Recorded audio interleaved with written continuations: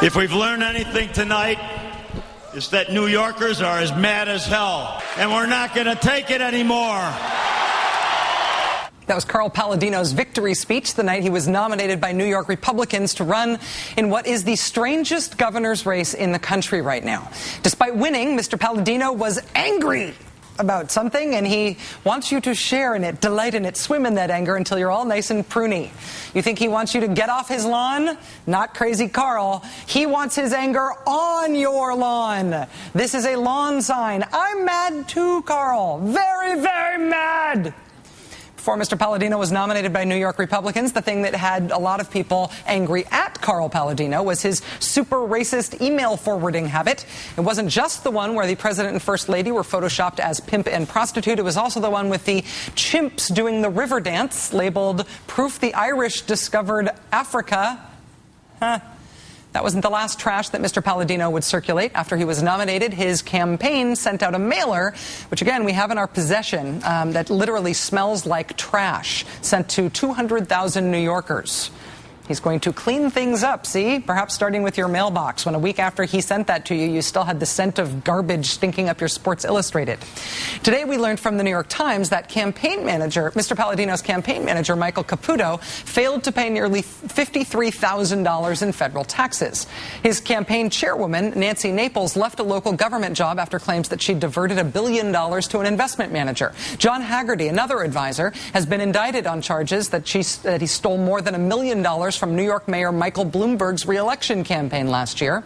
And an aide, Russ Thompson, who often serves as Mr. Paladino's driver, has served jail time for a hit and run he committed while driving drunk. You now see why with each new thing we learn about Carl Paladino, my theory, my crazy thesis about him is becoming more and more convincing. I have believed for a while now that Carl Paladino is sort of pulling a Joaquin Phoenix here.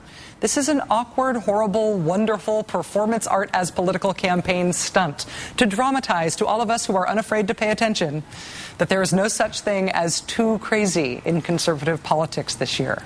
Not anymore. Joining us now is the New York Times reporter who brought us this story today, Michael Barbaro. Mr. Barbaro, it's nice to meet you. Thanks for joining us. Nice to meet you. The reporting on this in itself seemed to be interesting. The candidate who you called about the hit and run, Mr. Paladino's driver, was quite hostile to you when you contacted him. Well, he wasn't happy to be asked about a drunk driving incident. I bet I wouldn't be either. We had a brief, unpleasant conversation, and he cursed several times.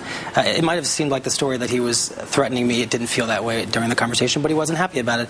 You know, this is a guy who, like many people in the Paladino campaign, do not have a conventional resume at all.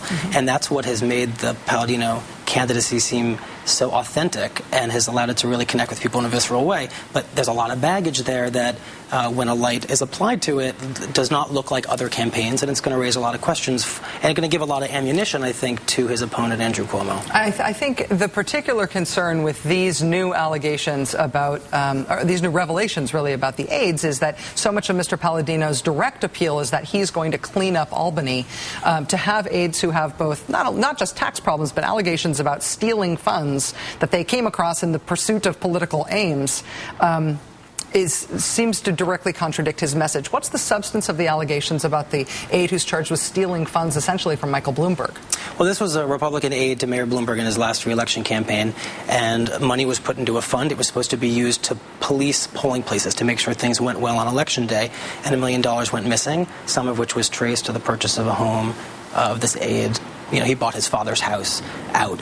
But, you know, it's interesting. You raise this question of hypocrisy, but there's sort of a subtle genius to a lot of these Tea Party candidacies because the whole architecture and framework of them is outsiderism. It's we are not the establishment, we're not polished. So they can sustain a lot of chinks in the armor that I think a traditional campaign perhaps could not. There is the issue about whether or not Mr. Paladino is temperamentally fit for office. And I joke about him seeming so angry he might Hulk out dangerously at any moment, but I think that he's sort of cultivating that impression almost. Yeah, I'm unpredictable. I'm going to have a baseball bat with me at any moment. the emails that he forwarded were not just these sort of racist things, also some very, very hardcore pornography, which I think a lot of people see as almost assaultive when you actually when you see the images of what it is that he forwarded. Is it possible that that is also cultivated? From your reporting on the campaign, does it seem like that's part of the campaign message, or is that just who he is? I think it's pretty authentic. I think Carl Paladino is a regular guy who can't suppress his anger. And tonight, there was an incident with a reporter where there was a screaming match between he and a colleague of mine at the New York Post. That's authentically Carl Paladino from what I've seen. I mean, being on the phone with him is very surreal as a political reporter. Being with him is unlike being with any other candidate because he's just not polished. It's just this guy, a businessman from Buffalo. I don't think that that part is cultivated. And the reason I don't think it's cultivated is because it's proving to be pretty dangerous, too. And it may be the thing that undoes his campaign. I mean, to be in a screaming match with a reporter while cameras are going off and cell phone video cameras are taping, that's not what anybody, I think, wants their candidate to be doing. Let alone their governor. Michael Barbaro, reporter for the New York Times on this story. Thanks for helping us explain this. Really appreciate it. Nice to meet you.